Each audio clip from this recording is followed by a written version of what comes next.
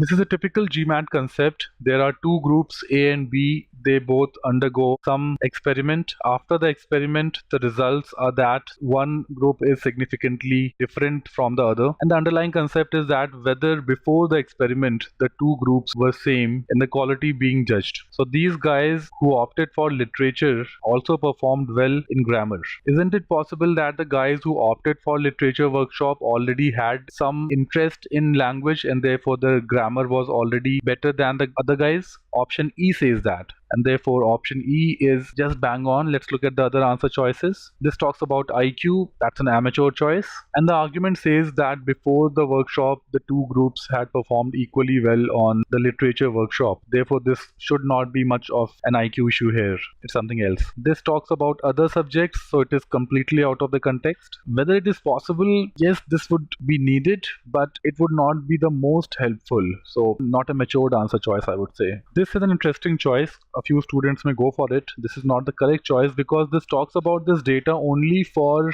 the students who attended the English workshop. What if some of the students who did not attend the English literature workshop had also attended the grammar workshop? What if all students had attended a grammar workshop and then English literature guys, the guys who attended this workshop, still performed better? So if at all this option had asked for this data for all the students, we would have thought about it.